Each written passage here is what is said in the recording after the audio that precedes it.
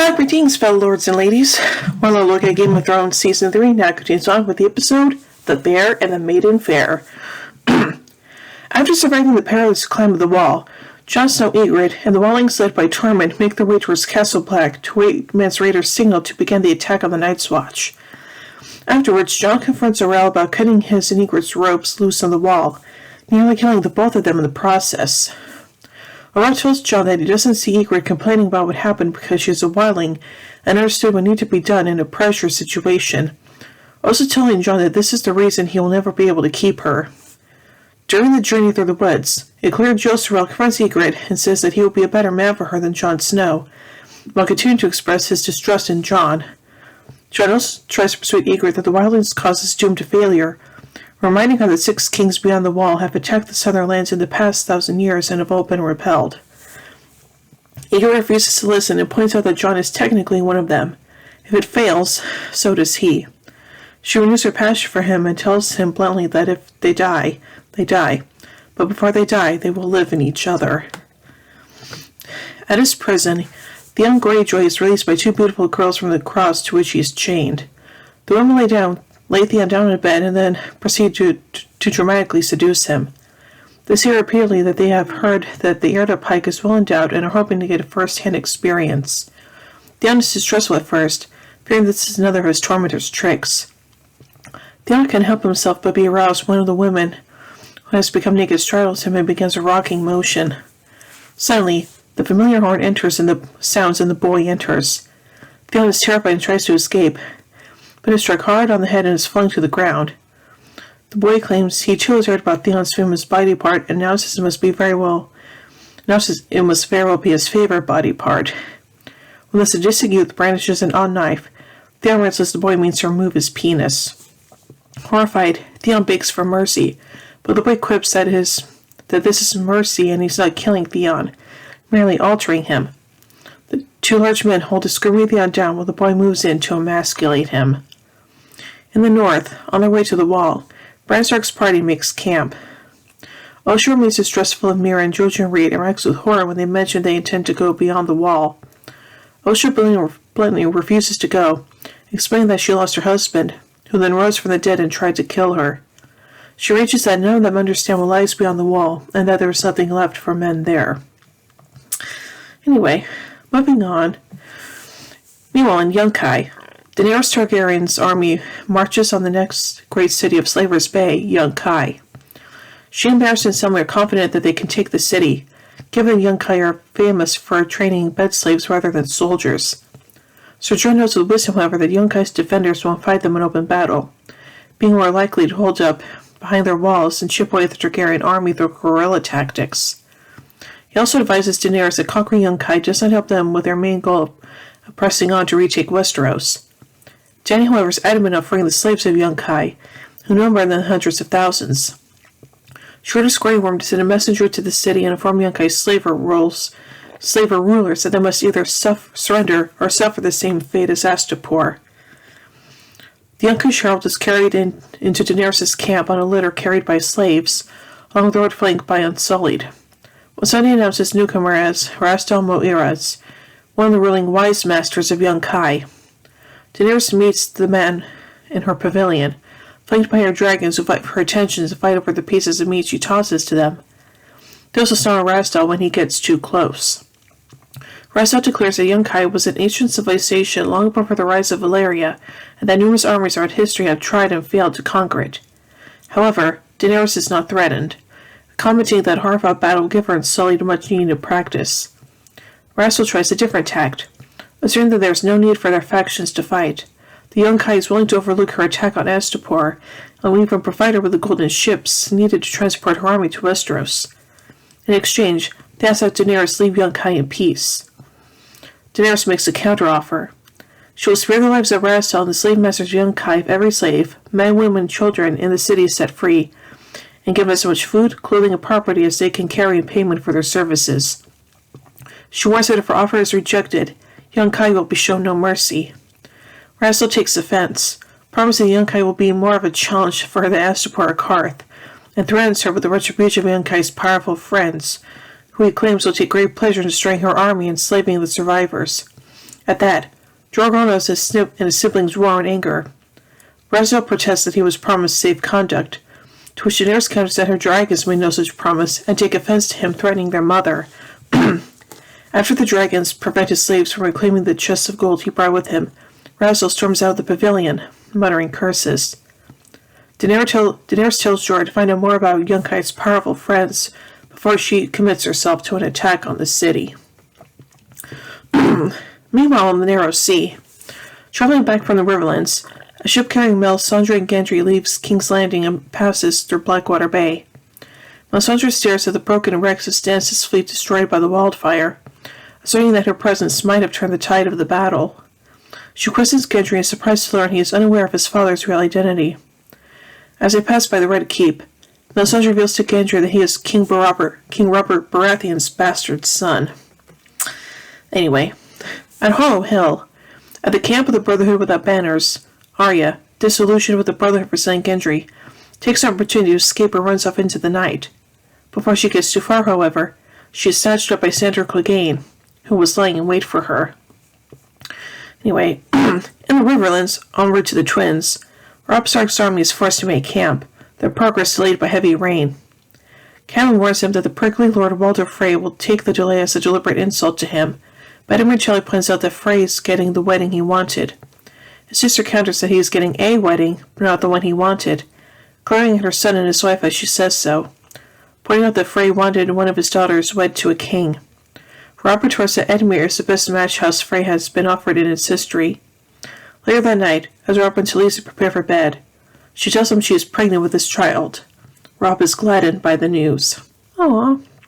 Anyway, at Harrenhal, Jaime speaks one last time to Brienne before he leaves. Jaime remarks that he owes Brienne a debt for keeping both him alive on their journey and for giving him reason to live to rouse him from a suicidal depression after losing his hand. Brienne tells Jaime to repay his debt by keeping his pledge. Jaime promises that he would keep his word to return Catelyn Stark's daughters to her. The next day, Jaime leaves Harrenhal in the company of Qyburn, who is to accompany Jaime to continue trading his arm in the hopes of getting his maester's chain restored through Lord Tywin's influence. Jaime jokes that his father made Qyburn Grand Maester if he grows Jaime a new hand, and a number of Bolton's soldiers under the command of Steelshanks, one of Lord Bolton's captains. Lord Roose Bolton, who was also about to depart Harrenhal for the Twins, under orders from Robb Stark, requested Jaime pass on his regards to Tywin. Jaime asked Bolton that he do the same for him with Robb. Locke, who has been left in charge of the castle in Bolton's absence, Cameron says poking fun at the departing Jaime and states that he will take good care of Brienne, though Jaime doesn't rise to the bait. When their party makes camp, as Qyburn checks Jaime's stump, Jaime questions how the former maester lost his chain. Qyburn explains they lost it for performing vivisections on the sick and dying in a bid to better understand illness. Jaime is disgusted by this revelation, but Qyburn counters what he learned has saved numerous lives and questions Jaime on how many he has killed compared to how many he saved. Jaime responds that he has probably killed thousands, but he saved 500,000 lives when he killed the Mad King to save the population of King's Landing, much to Qyburn's surprise. Jaime then asks about Brienne. Qyburn confirms that they sent a raven to her father, Lord Selwyn Tarth, and he offered a ransom of 300 gold dragons for his daughter's safe return. However, Locke refused the offer, still in misapprehension that Tarth owns every sapphire mine in Westeros. Locke is convinced Lord Selwyn is trying to cheat him. When Qyburn mentions that most of his men would rather get some meager entertainment after killing Brienne before they die in battle or winter, Jaime, feeling guilty because his lie to protect Brienne has inadvertently placed her in greater danger, urges Steelshanks to return to Harrenhal. Though the man initially refuses, Jaime uses the promises of reward and the threat of Tywin Lannister's retribution to convince him to go back. Upon arriving in Harrenhal, Jaime is shocked and fears to find Locke and his cronies have thrown Brienne into a bear pit, facing an angry bear with only a wooden sword to defend herself, as they all mockingly sing the Bear and the Maiden Fair. Jaime orders Locke to pull her out and offers to pay whatever ransom he wants, but Locke dismisses the offer, getting more satisfaction out of the spectacle of Brienne being torn apart. In desperation, Jaime leaps into the pit to help her, before the bear can harm either of them. Steelshanks shoots it with a crossbow, distracting the beast long enough for Jaime and Brienne to be pulled out of the pit. Locke tries to stop them from leaving, But Jimmy angrily tells him that Lord Bolton cares more about getting back to King's Landing alive than keeping one of his pet thugs happy. And backed up by steel strings and his men, Locke is unable to stop them. Jamie then departs Harrenhal with his escort and Brienne in tow. Anyway, finally, at King's Landing, neither Sansa or Tyrion are particularly happy about their impending marriage. Marjorie Tyrell consoles Sansa, reminding her that Tyrion is far from the worst Lannister, and that Tyrion might be able to make her happy, given his skill as a lover. Bronn, meanwhile, points out to Tyrion that he can easily wed Sansa and get his son and heir from her to placate his father and keep having sex with she in private, thereby getting 2 women and a kingdom to rule for himself. However, Tyrion is concerned his mistress isn't going to be so willing to go on with that plan and is less enthusiastic about having a wife, a mistress, and the entire North despising him. Bronn points out that Tyrion is wasting his time trying to be universally loved. Tyrion's fears prove accurate as she blindly tells him that she will no longer sleep with him after he weds Sansa. Meanwhile, Tywin Lannister enters the throne room to answer a summons from King Joffrey. After exchanging some false courtesy, Tywin asks why his grandson wished to see him. Joffrey wants an update on what the small council has been doing. Tywin informs Joffrey that the king can attend any small council meeting should he desire it. The boy king claims he is too busy to attend said meetings and demands to know why the location of the council meetings has changed. Tywin says that he is holding the meeting in the Tower of the Hand to save time. When Joffrey complains that he would have to climb too many steps should he wish to sit in a small council meeting, Tywin silently ascends the steps to stand next to the throne. Silently glares down at Joffrey, and then sardonically says he could arrange to have Joffrey carried. A disconcerted Joffrey changes the subject to Daenerys Targaryen. Tywin is surprised that Joffrey even knows about the exiled princess. Tywin admits the reports are apparently true that the last Targaryen is not only alive, but has successfully hatched the first live dragons the world has seen in almost 2 centuries. Joffrey is puzzled at why Tywin doesn't think they should do anything about her, but Tywin reminds Joffrey that the last Targaryen dragons stunted inbred creatures who weren't a threat to anyone, and Daenerys' dragons are probably just curiosities at best, not grand weapons of war. Moreover, Tywin says that even if Daenerys' dragons do turn out to be as strong as the dragons of centuries long ago, they are on the far side of the world and no threat to Joffrey's rule. Tywin also warns his grandson that he should heed his advisor's counsel on matters he does not comprehend. When Joffrey protests that he hasn't been counseled on anything, Tywin says he is being advised at this very moment and says that he will inform Joffrey should he deem it necessary. Before taking his leave, Tywin smiles slightly with an even slighter bow before leaving a browbeaten Joffrey scrubbing on the Iron Throne. Their exchange leaves no doubt as to who is really ruling the kingdom. So wait, let's take a look at some notes surrounding this episode. The title of the episode comes from The Bear and the Maiden Fair, a popular song in Westeros. The episode was originally announced by George R. R. Martin on his blog in 2012, almost a year ahead of transmission. The original planned title was Autumn Storms. In January 2013, he announced that the title had been changed to Chains. However, due to scenes from another episode being moved into it, it was decided to retitle the episode The Bear and the Maiden Fair. Thus, Martin himself didn't write the scenes that included the bear, which will occur in one big chunk at the end of the episode. The soundtrack playing over the credits is a rendition of the House Lannister theme. In the official soundtrack release, it is titled A Lannister Always Pays His Debts.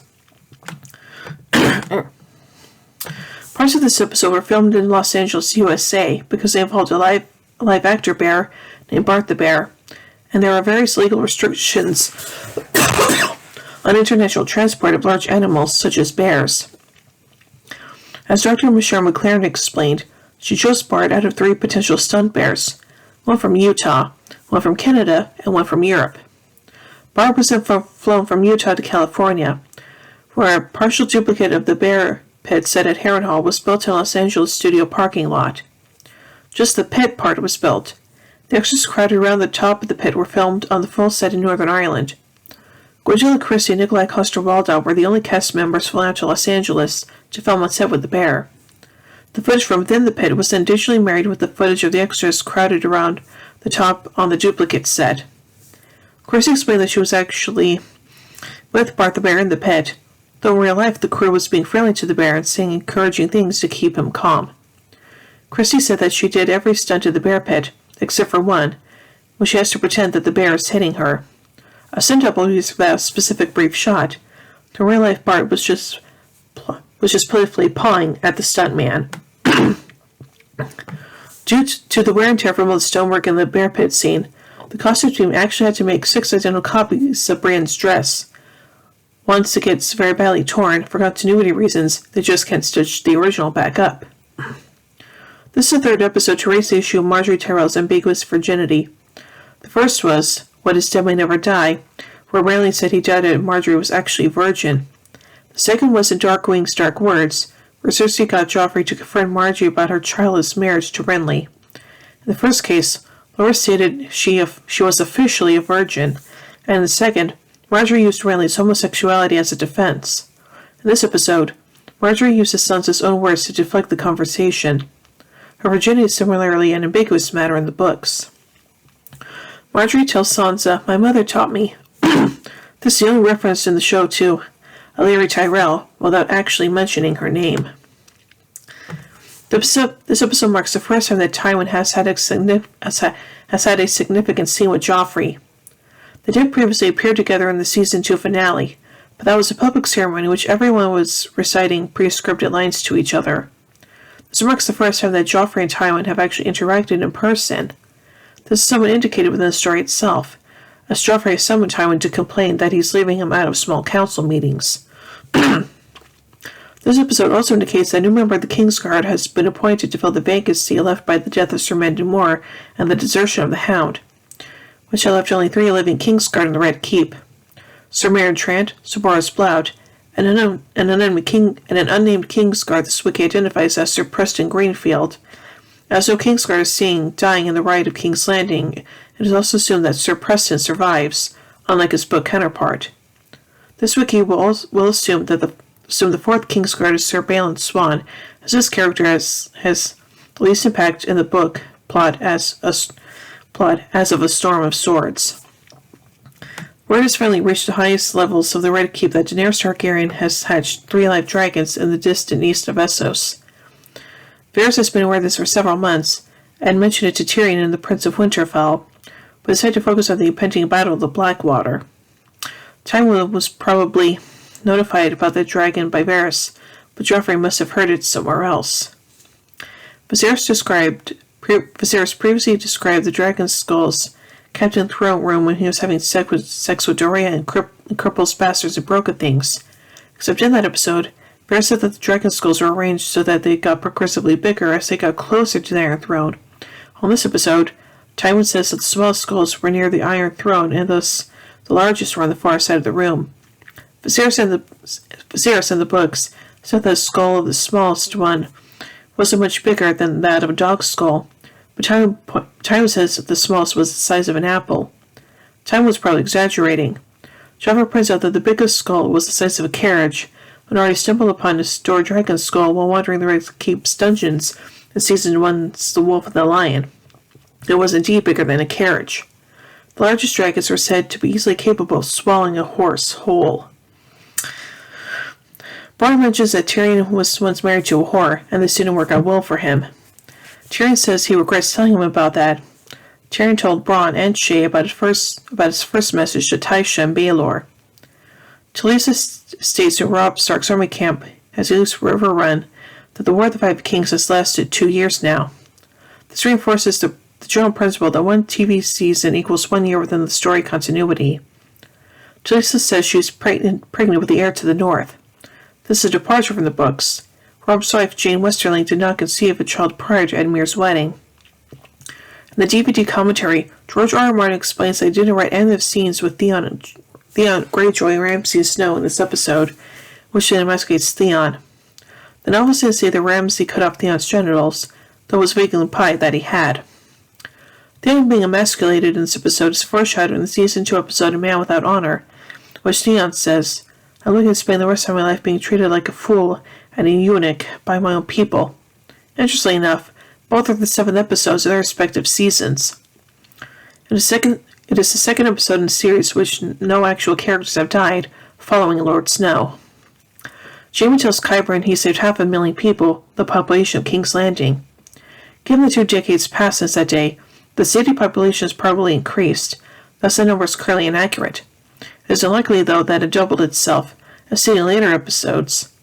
In Storm of Swords, Tyrion tells Oberyn Martell that there are 500,000 people at King's Landing, referring to the present population. So I think this is a pretty unique episode, and yeah, the fact that no character deaths, that's interesting, so yeah. So overall, I give The Bear and the Maiden Fair 4 Iron Thrones out of 5. When I tune in Mars, wait to take a look at the next episode, Second Sons. So until then, remember everyone, winter is coming.